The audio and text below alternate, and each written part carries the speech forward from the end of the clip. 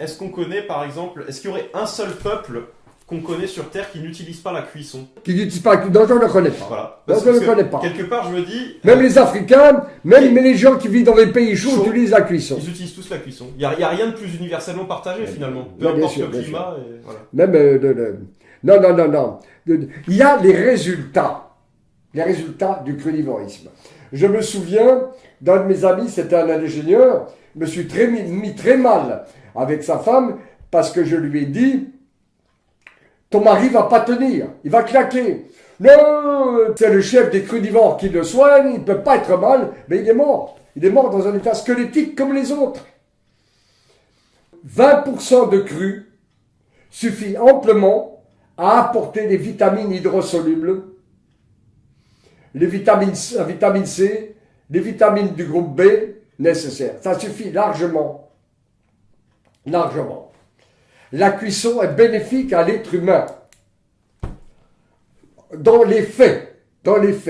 Après, il y a les professeurs d'utopie nutritionnelle. Bien entendu. Il y en a bien un qui est venu ici, je n'ai pas été l'écouter. Il est venu raconter que depuis 4 ans, il n'avait pas mangé et pas bu. Et la salle applaudissait. Bon, comme quoi, on peut dire n'importe quoi. Ah, ça, c'est les respiriens, ça. C'est le respirianisme, ça. Ils vivent sans manger, sans boire. Bientôt, ils vont vivre sans respirer.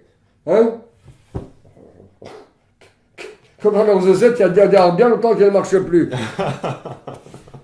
Bon, attendez, tous ces gens-là, dans le monde des médecins naturels, ben, ils baissent plus. Ils n'ont plus de rapport sexuel. Ils n'en ont plus.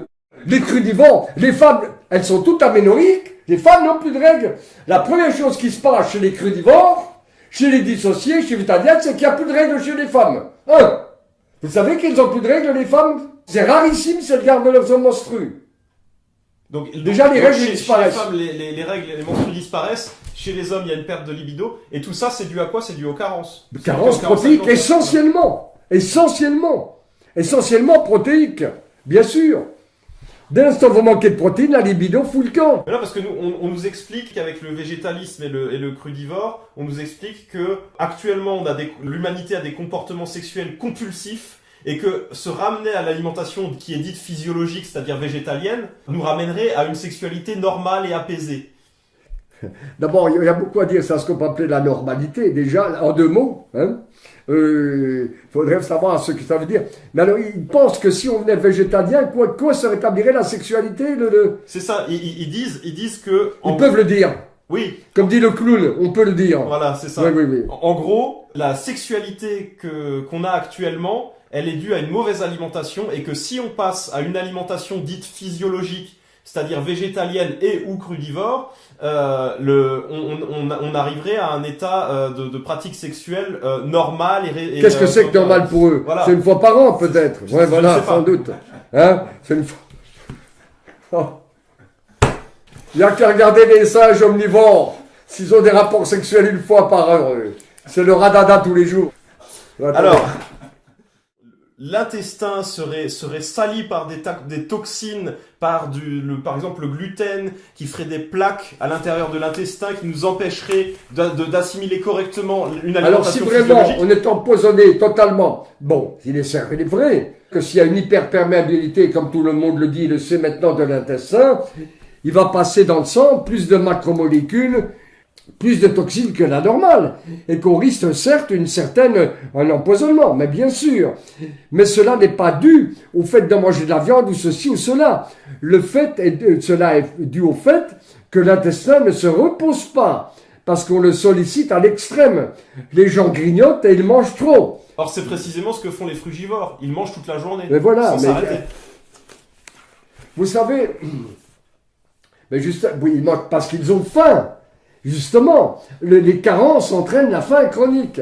Or, quand vous avez fini un repas, le cerveau est renseigné sur le nombre de molécules et la nature des molécules qui sont dans l'estomac.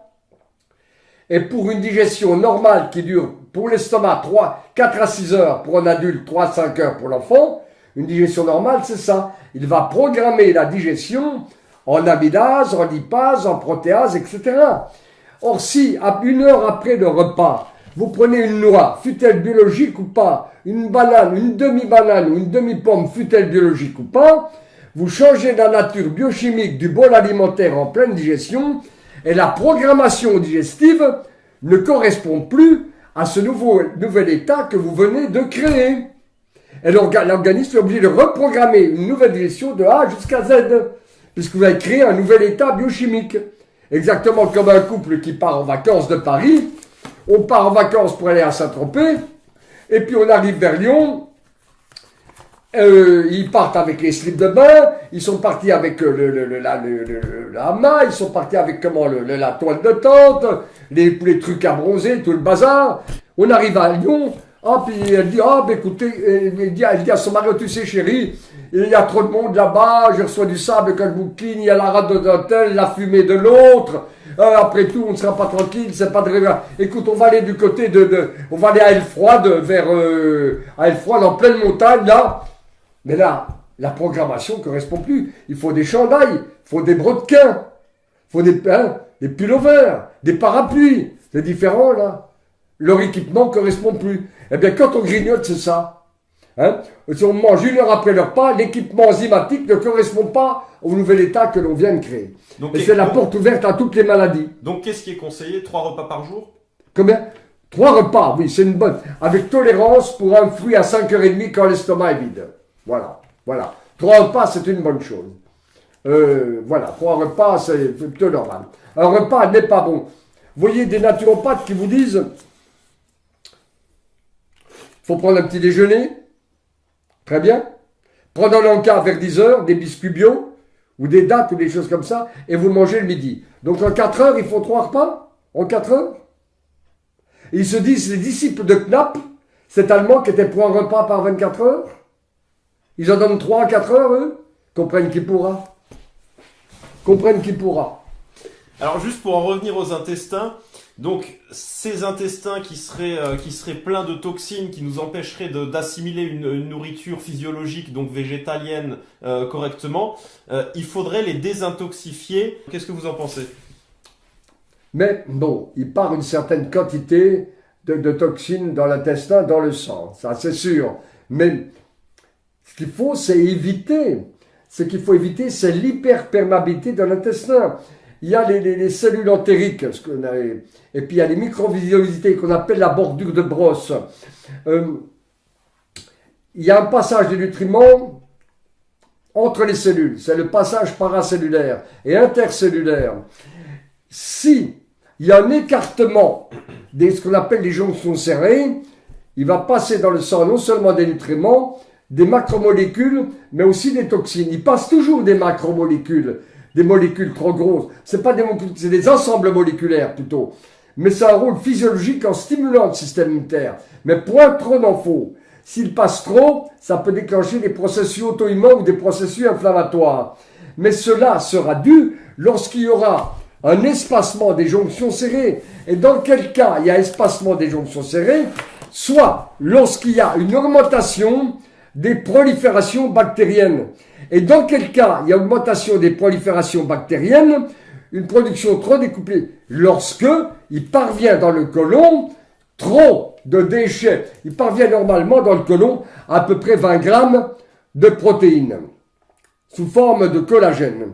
À peu près 20 grammes de glucides non digérés et à peu près 20 grammes de graisse non digérée. Tout ça permet le développement des flores correspondantes. Or, s'il parvient au bout de 20 grammes, 30-40 grammes non digérés de chaque, les flores vont être multipliées par 2 ou par 3. Et la production de toxines va être décuplée. Et la muqueuse va être corrodée. Et là, il va y avoir un passage anormal de toxines et de macromolécules. En fait, il faut simplement digérer normalement. Et pour digérer normalement, il suffit de manger sobrement et de ne pas grignoter. C'est tout. Ça n'a rien à voir avec tel ou tel aliment. D'autre part, quand la digestion devient laborieuse, il se produit une hyperémie de la muqueuse, un afflux de sang à la muqueuse intestinale. Et cette hyperémie entraîne une mise en tension de la muqueuse et donc un écartement des jonctions serrées. Mais tout ça n'est pas dû à tel ou tel aliment, cela est dû à la maldigestion, elle-même due au grignotage ou à l'excès de nourriture. Et à certains aliments, bien sûr, comme les sirops, les sodas, les limonades, bien sûr. et puis un aliment qui est le poison numéro 1 de l'être humain, le soja cru. Un monsieur qui mange le matin un pain à 6 céréales avec du miel, un jus d'orange, des dattes, des noisettes, des amandes et un yaourt. Ce monsieur qui mange bio sera plus empoisonné que l'individu à côté qui prend un pain à une farine et une tranche de viande et son café. Le plus empoisonné, c'est pas le deuxième. Lui, il va ingérer en produits toxiques une vingtaine de milligrammes. Le mangeur de bio, il va faire 30 ou 40 grammes de produits toxiques. Voilà. Bien comprendre. Ce qui empoisonne, c'est ce qu'on ne digère pas. Et on peut manger bio et être considérablement empoisonné. Un végétalien qui va manger une banane, un jus d'orange, des noisettes et des dattes, il est empoisonné. Ça doit être bio et végétal. Parce que l'organisme ne peut pas digérer cela.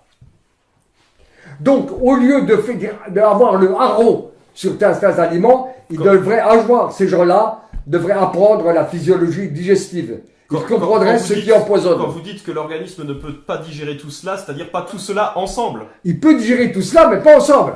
Voilà. Et l'utilisation des lavements et de l'hydrothérapie du côlon, qu'est-ce que vous en pensez de tout ça? Si vraiment un individu a une constipation très basse, surtout rectale, et si les selles sont tellement dures qu'elles déchirent l'anus, entraînent des saignements, des irritations graves, je pense que un lavement utilisé judicieusement au moment opportun peut être favorable, bien sûr, je pense. Mais pas en faire une habitude pour traiter la constipation. S'il y a constipation, il faut essayer de comprendre pourquoi. Est-ce un manque de fibres? Est-ce un manque de vitamine du groupe B? Est-ce que c'est un manque d'eau? Est-ce que c'est un manque ou un excès de protéines? Est-ce que c'est un manque de graisse ou un excès de graisse? Comprendre pourquoi. Est-ce que c'est un manque d'exercice? Aussi. Comprendre pourquoi on est constipé. Maintenant, dans les constipations occasionnelles, lorsque le rectum ou l'anus risque d'être abîmé par une selle trop dure, trop irritante, oui, je suis pour un lavement là. Je suis pour un lavement. Mais pas en faire un usage régulier. Est-ce que ça présente un danger, l'utilisation régulière de... Mais oui, parce que l'organisme ne fonctionnera plus qu'avec ça. Et ça peut poser des problèmes au niveau de la flore intestinale aussi ou pas? Oh, pas forcément. La nature de la flore dépend de la nature des déchets digestifs. Donc, on change une flore, pourquoi pas?